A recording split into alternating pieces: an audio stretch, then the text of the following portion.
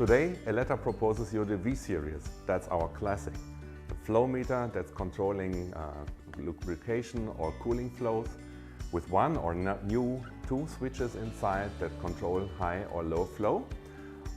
This is really a robust and rugged device for really bad environments, everywhere where it's hot or very cold. It's standing magnetic or radioactive fields because it's purely mechanic, just one or two mechanical switches inside, so no electronics that would be damaged by the radiation.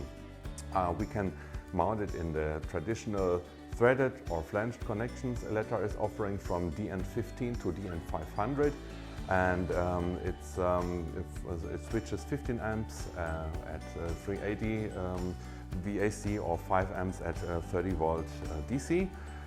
The applications are controlling flows, cooling systems, lubrication systems, also for the radioactive systems, for particle accelerators.